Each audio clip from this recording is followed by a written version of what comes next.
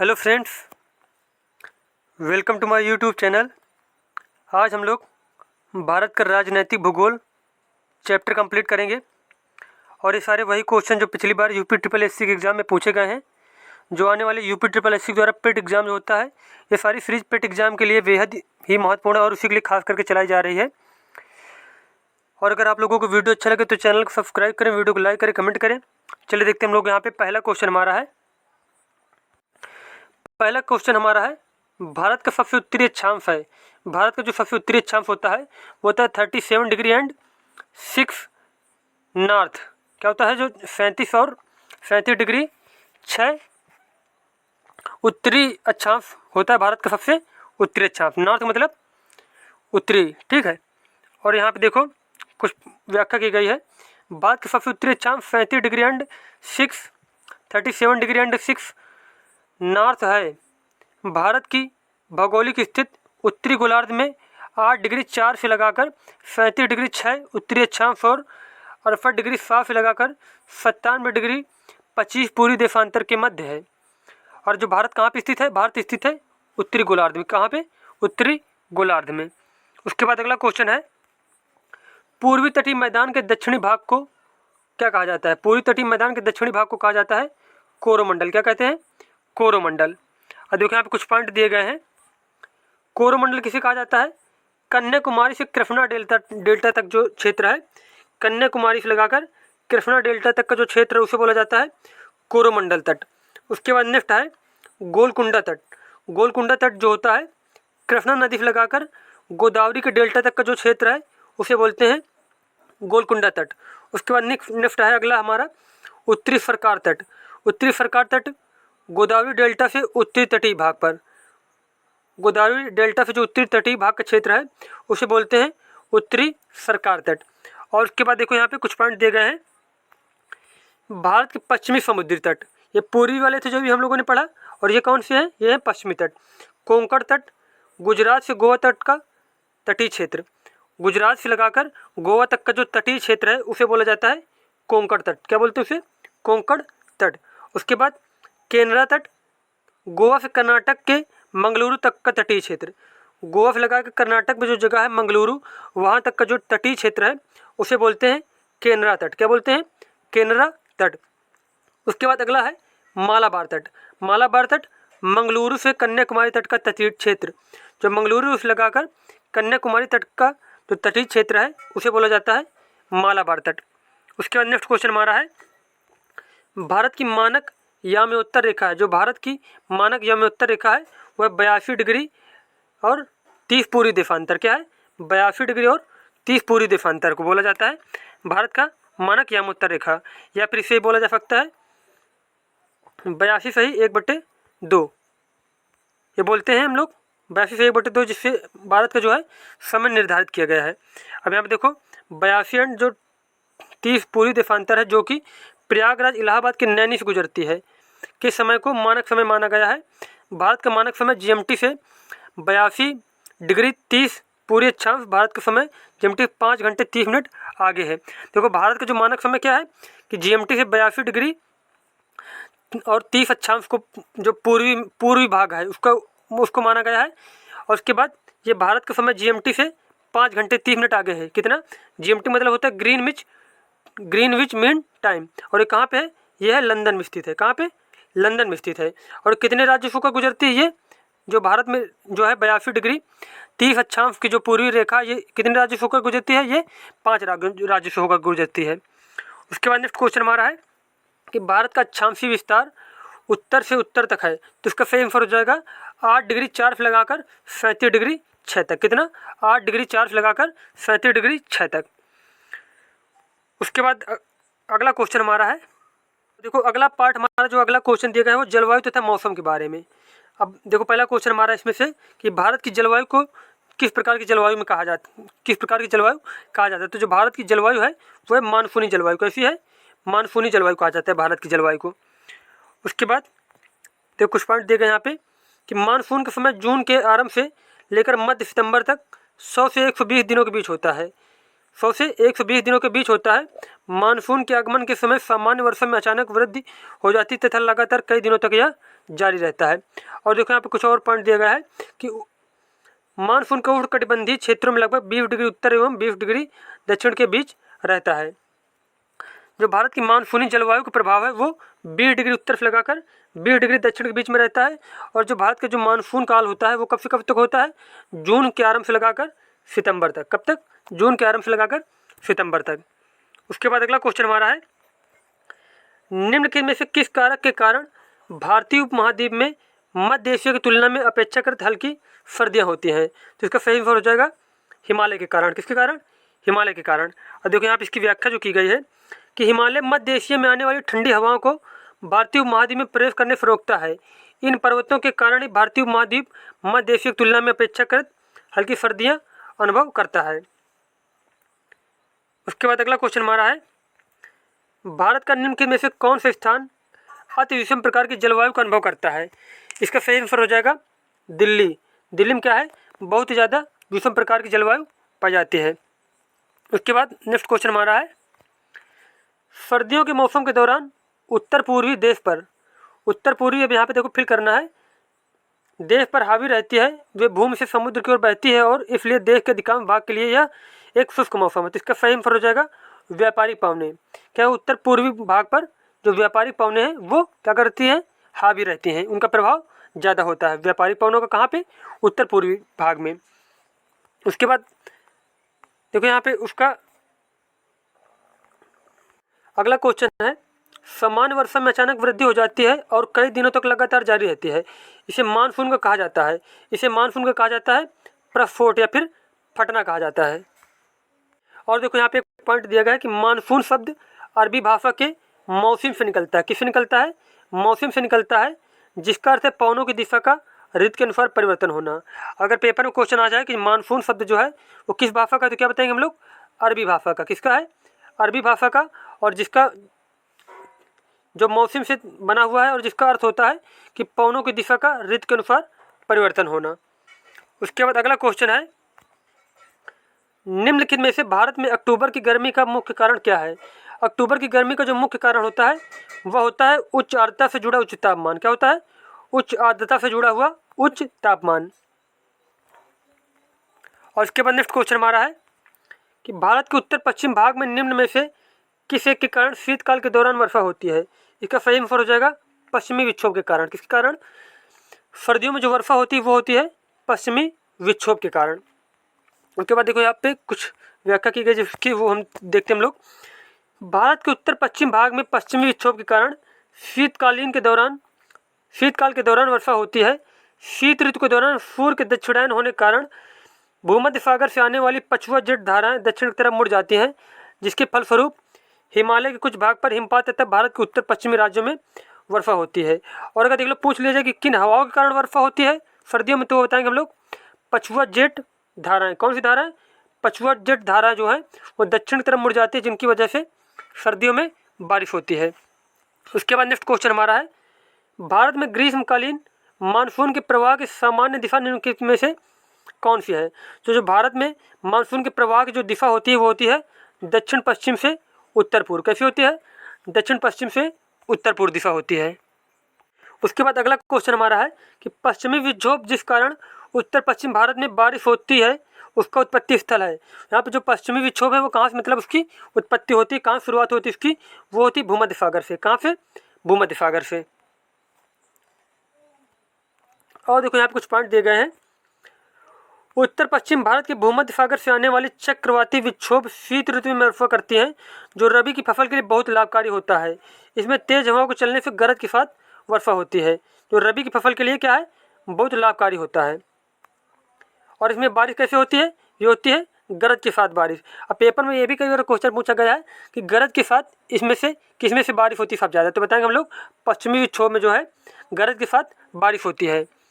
उसके बाद अगला क्वेश्चन हमारा है, भारत में कितनी फसली ऋतुएं पाई जाती हैं? भारत में कितनी फसली ऋतुएं पाई जाती हैं? इसका सही आंसर हो जाएगा 3 ऋतुएं पाई जाती हैं। कितनी ऋतुएं? 3 ऋतुएं। कौन कौन सी ऋतुएं हैं? रबी, खरीफ, जायद। कौन कौन सी? रबी, खरीफ, जायद की जो है 3 फसलें पाई जाती हैं। अब देखो यहाँ पे 3 ऋतुएं पाई जाती हैं। अब देखो रबी की फसल में कौन कौन सी आती हैं? रबी की फसल में जो है गेहूँ, चना, मटर, सरसों आदि, ये सब क्या है, ये सब आती है रबी की फसल में। अब पेपर में ये क्वेश्चन बहुत बार पूछा जाता है कि फिर इनमें से 3 को ये दे देगा ऑप्शन, उसमें से जैसे कि एक दूसरा दे दिया, ज्वार दे दिएगा। इसमें पूछेगा कि इनमें से कौन सा जो है रबी की फसल नहीं है। तो ये सब याद करना है, कौन सी रबी की फसल है और कौन सी रबी की फसल नहीं है। देखो रबी की फसल में तो ये हो गए, ये सारे पॉइंट हो गए। अब इसका बुआई कब होती है और इसको कब काटा जाता है, कब इसको लेके आया जाता है, ठीक है। तो आप देखो अक्टूबर नवंबर में बोई जाती है। कब बोई जाती है, अक्टूबर नवंबर में बोई जाती है और गर्मी के प्रारंभ में मार्च अप्रैल में काट ली जाती है। ये भी क्वेश्चन पेपर में आता है कि जो रबी फसल कब बोई जाती है और कब काटी जाती है। तो कब बोई जाती है, अक्टूबर नवंबर में बोई जाती है और मार्च अप्रैल में काट ली जाती है। और कौन कौन सी रबी फसल है, गेहूँ, चना, मटर, सरसों, ये सब क्या है, ये रबी फसलें हैं। उसके बाद है खरीफ की फसल। अब खरीफ की फसल कब बोई जाती है, देखो जुलाई अगस्त में बोते हैं इसको, जुलाई अगस्त में बोते हैं और अक्टूबर नवंबर के महीने में काट ली जाती है। और खरीफ की फसल कौन कौन सी होती है, धान, ज्वार, बाजरा, मक्का, ये सब क्या होता है, ये सब होता है खरीफ की फसल। उसके बाद अगली फसल है जायद की फसल। अगली ऋतु कौन सी है, जायद की फसल में कौन कौन सा होता है, जैसे करेला, ककड़ी, तरबूज आदि, ये सब क्या है, ये सब है जायद की फसल। और ये बोई जाती है मार्च अप्रैल में बोई जाती है और जून जुलाई में काट ली जाती है। उसके बाद अगला क्वेश्चन है, भारत की उच्चतम वार्षिक वर्षा कहाँ पर दर्ज की गई है। जो भारत की सबसे ज़्यादा वर्षा होती है वो होती है मौसिनराम मेघालय में। कहाँ पे, मौसिनराम मेघालय में। उसके बाद अगला क्वेश्चन है, उस दिन को वर्षा दिन माना जाता है जिस दिन वर्षा होती है। इसका सही आंसर हो जाएगा 2.5 mm। जिस दिन वर्षा होती है उस दिन को वर्षा का दिन माना जाता है। इसके बाद अगला पार्ट हमारा है टाइम जोन के बारे में। किसके बारे में, टाइम जोन के बारे में। अब देखो यहाँ पे जीएमटी का पूर्ण रूप क्या है। अभी देखो हम लोगों ने पढ़ा था ना, जीएमटी का मतलब क्या होता है, जीएमटी का मतलब होता है ग्रीनविच मीन टाइम। क्या होता है, ग्रीनविच मीन टाइम। अब देखो यहाँ पे इसकी व्याख्या जो की गई है कि जीएमटी का पूर्ण रूप ग्रीनविच मीन टाइम है। एक क्वेश्चन देखो ये बन गया। उसके बाद ग्रीनविच मीन टाइम का अभिप्राय उस समय से है जो ग्रेट ब्रिटेन का मानक समय है, अर्थात जो इंग्लैंड का समय है वही क्या है, ग्रीनविच मीन टाइम है। इंग्लैंड के निकट शून्य देशांतर पर स्थित ग्रीनविच नामक स्थान से गुजरने वाली काल्पनिक रेखा को प्राइम मेरिडियन या शून्य देशांतर कहते हैं। क्या कहते हैं, प्राइम मेरिडियन या शून्य देशांतर कहते हैं। और कहाँ पे स्थित है, शून्य देशांतर पर। कहाँ पे स्थित है, शून्य देशांतर पर स्थित है, ग्रीनविच नामक स्थान पर। कहाँ पे, ग्रीनविच नामक स्थान पर स्थित है, इसलिए इसे ग्रीनविच नाम दे दिया गया। और उसके बाद देखो यहाँ पे कुछ पॉइंट दिए गए हैं। इसी देशांतर रेखा को समय को सभी देश मानक समय मानते हैं। इसी देशांतर रेखा के समय को सभी देश मानक समय मानते हैं। और भारत में 82°30 पूर्वी यामोत्तर को मानक मध्याह्न रेखा माना जाता है। इस रेखा पर वर्णित स्थानीय समय को पूरे देश का स्थानीय मानक समय माना जाता है। यह 5 राज्यों से होकर गुजरती है। अब कौन कौन से राज्य हैं देखो, उत्तर प्रदेश, मध्य प्रदेश, छत्तीसगढ़, उड़ीसा व आंध्र प्रदेश। अब ये 5 स्टेट याद करना है। पेपर में पूछ लिया जाए कि जो भारत का मानक समय है इनमें से किस राज्य से नहीं गुजरता। कोई 3 ऑप्शन दे दिया जाएगा, एक दूसरा दे देगा। तो ये सारे जो है ऑप्शन याद करना है। कौन कौन से राज्यों से गुजरती है भारत की मानक समय रेखा, उत्तर प्रदेश, मध्य प्रदेश, छत्तीसगढ़, उड़ीसा और आंध्र प्रदेश। और इसके बाद वेरी इंपॉर्टेंट पॉइंट है कि हमारा मानक समय ग्रीनविच के मानक समय से 5.5 घंटा आगे है। जो भारत का मानक समय है वो जो ग्रीनविच मीन टाइम है उससे कितना आगे है, 5.5 घंटा आगे है। उसके बाद देखो यहाँ पे फिर क्वेश्चन पूछ लिया गया कि भारतीय मानक समय ग्रीनविच माध्य समय से कितना आगे है, 5.5 घंटा आगे है। उसके बाद अगला क्वेश्चन है, विश्व को कितने प्रमुख काल क्षेत्रों टाइम जोनों में विभाजित किया गया है। इसका सही आंसर हो जाएगा 24 टाइम जोनों में। कितने में, 24 टाइम जोन में विभाजित किया गया है। उसके बाद नेक्स्ट क्वेश्चन है, अगला क्वेश्चन है, भारत के किस राज्य में भारत में कर्क रेखा के अति समीपस्थ कोई शहर है। इसका सही आंसर हो जाएगा मध्य प्रदेश। इनमें से जो मध्य प्रदेश है वो कर्क रेखा के सबसे नज़दीक है। और अगला क्वेश्चन यहाँ पे देखो बन जाएगा कि कर्क रेखा कितने राज्यों से होकर गुजरती है, तो बताएंगे 8 राज्यों से। यह रेखा भारत के कुल 8 राज्यों से होकर गुजरती है। अब देखो अगला क्वेश्चन हमारा है, कर्क रेखा निम्न में से किन राज्यों से गुजरती है। कर्क रेखा इनमें से किन राज्यों से गुजरती है, तो इसका सही आंसर हो जाएगा गुजरात से गुजरती है। उसके बाद झारखंड से और मिजोरम से, जबकि असम से नहीं गुजरती। तो इसका सही आंसर हो जाएगा सी नंबर वाला जो ऑप्शन है सही हो जाएगा। और कितने राज्यों से गुजरती है, 8 राज्यों से गुजरती है। कौन कौन से राज्य हैं देखो 8 राज्य, गुजरात, मध्य प्रदेश, राजस्थान, छत्तीसगढ़, पश्चिम बंगाल, झारखंड, त्रिपुरा तथा मिजोरम राज्यों से होकर गुजरती है। उसके बाद नेक्स्ट क्वेश्चन है, भारतीय मानक मेरिडियन 5 राज्यों के माध्यम से गुजरता है, इनमें से कौन सा राज्य 5 में से नहीं है? देखो अभी हम लोगों ने पढ़ा था कौन सा राज्य इसमें से नहीं है, तो बिहार राज्य इसमें से नहीं है, आंध्र प्रदेश है, उड़ीसा है, छत्तीसगढ़ है, उत्तर प्रदेश है। देखो यहाँ पे देखो फिर से 5 राज्य दिए गए हैं, उत्तर प्रदेश, मध्य प्रदेश, आंध्र प्रदेश, छत्तीसगढ़, उड़ीसा। ये जो 5 राज्य हैं, इन्हीं 5 राज्यों से जो भारत की मानक समय रेखा है इन्हीं से होकर गुजरती है। उसके बाद नेक्स्ट क्वेश्चन हमारा है, भारत का मानक समय मेरिडियन कौन सा है? भारत का मानक समय मेरिडियन कौन सा है? तो इसका सही आंसर हो जाएगा 82 डिग्री 30 ईस्ट, मतलब पूर्वी देशांतर। कितना? 82 डिग्री 30 जो है पूर्वी देशांतर जो है भारत का मानक समय है। उसके बाद देखो अगला हमारा जो चैप्टर है, जनसांख्यिकी परिवर्तन तथा प्रवास। अब देखो यहाँ पे पहला क्वेश्चन है, प्रति 1000 लोगों पर जीवित जन्मों की वार्षिक संख्या को किस नाम से जाना जाता है? तो प्रति 1000 लोगों पर जो जीवित जन्मों की वार्षिक संख्या होती है उसे जानते हैं हम लोग क्रूड अशोधित जन्म दर के नाम से। किसके नाम से? अशोधित जन्म दर या फिर क्रूड जन्म दर के नाम से जानते हैं। उसके बाद अगला क्वेश्चन है, निम्न किसमें से कौन जनसंख्या वितरण को प्रभावित करने वाला आर्थिक कारक नहीं है? तो इसका सही आंसर हो जाएगा पानी को उपलब्धता जो है वह प्रभावित करने वाला आर्थिक कारक नहीं है, जबकि शहरीकरण, औद्योगिकरण और खनिज, ये क्या है? ये तीनों जो है जनसंख्या वितरण को प्रभावित करने वाले आर्थिक कारण है। उसके बाद अगला क्वेश्चन हमारा है, निम्न किसमें से कौन जनसंख्या परिवर्तन का घटक नहीं है? तो इसमें सही आंसर हो जाएगा रुग्णता जो है जनसंख्या परिवर्तन का घटक नहीं है, जबकि प्रवसन, मृत्यु, जन्म, ये सारे जो चीज़ें हैं ये क्या है? ये सारी जो है जनसंख्या परिवर्तन का घटक है। उसके बाद अगला क्वेश्चन हमारा है, वर्ष 2001 से 2011 की अवधि में उत्तर प्रदेश की दशकीय जनसंख्या वृद्धि दर रही है। इसका सही आंसर हो जाएगा 20.09%। कितना? 20.09% 2001 से लगाकर 2011 के बीच में जो उत्तर प्रदेश की दशकीय वृद्धि रही है। उसके बाद देखो यहाँ पे कुछ पॉइंट दिए गए हैं कि 20.22% प्रतिशत थी, जबकि देश की दशकीय, देखो उत्तर प्रदेश की दशकीय वृद्धि कितनी थी? 20.22%। और उसके बाद जबकि देश की जनसंख्या वृद्धि दर 17.7% थी। अगर पूछ लिया जाए कि भारत की जो है 2001 से 2011 के बीच में दशकीय वृद्धि क्या थी, तो क्या बताएंगे हम लोग? 17.7%। और अगर उत्तर प्रदेश की पूछा जाए तो उत्तर प्रदेश की थी 20.22%। उसके बाद प्रदेश में पुरुष एवं महिला की दशकीय वृद्धि 19.31 और 21.23% रही। कितने परसेंट थी?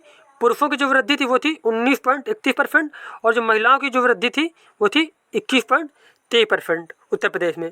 उसके बाद अगला क्वेश्चन हमारा है, भारत में अंग्रेजों के समय में प्रथम जनगणना हुई थी। भारत में अंग्रेजों के समय में प्रथम जनगणना जो हुई थी वो हुई थी लॉर्ड मेयो के कार्यकाल में। किसके कार्यकाल में? लॉर्ड मेयो के कार्यकाल में। और कब हुई थी अगर पूछ लिया जाए तो बताएंगे हम लोग 1872 में हुई थी। कब हुई थी? 1872 में हुई थी लॉर्ड मेयो के कार्यकाल में। और उसके बाद ये क्वेश्चन पूछा जाता है बहुत बार कि नियमित जनगणना कब से प्रारंभ हुई? जबकि नियमित रूप से 10 वर्षीय जनगणना लॉर्ड रिपन के कार्यकाल में। किसके कार्यकाल में? लॉर्ड रिपन के कार्यकाल में 1881 से प्रारंभ हुई। कब से हुई? अगर पूछ लिया जाए कि नियमित जनगणना कब से प्रारंभ हुई? 1881 से प्रारंभ हुई और लॉर्ड रिपन के कार्यकाल में। अगर पूछ लिया जाए कि प्रथम जनगणना कब हुई? 1872 में हुई और लॉर्ड मेयो के कार्यकाल में। और उसके बाद अगला पॉइंट है कि जबकि 2011 की जनगणना देश की 15वीं जनगणना एवं स्वतंत्र भारत की 7वीं जनगणना थी। अगर पूछा जाए कि स्वतंत्रता के बाद जो 2011 की जनगणना हुई तो क्या बताएंगे हम लोग? 7वीं जनगणना थी। और जो है कि शुरू से अगर 1881 से जोड़ा जाए तो कौन सी थी? 15वीं जनगणना थी। और कितने वर्ष बाद जनगणना होती है? 10 वर्ष बाद। कितने वर्ष बाद? 10 वर्ष बाद। उसके बाद अगला क्वेश्चन हमारा है कि 2011 जनगणना के अंतिम आंकड़ों के अनुसार भारत की जनसंख्या का कितना प्रतिशत उत्तर प्रदेश में रहता है? तो इसका सही आंसर हो जाएगा 16%। कितना परसेंट? 16% जो जनसंख्या है वह उत्तर प्रदेश में निवास करती है भारत की जनसंख्या का। उसके बाद अगला क्वेश्चन है कि 2011 के अंतिम आंकड़ों के अनुसार उत्तर प्रदेश की कुल जनसंख्या का 2001 से 11 के दौरान दशकीय वृद्धि दर था। तो इसका सही आंसर हो जाएगा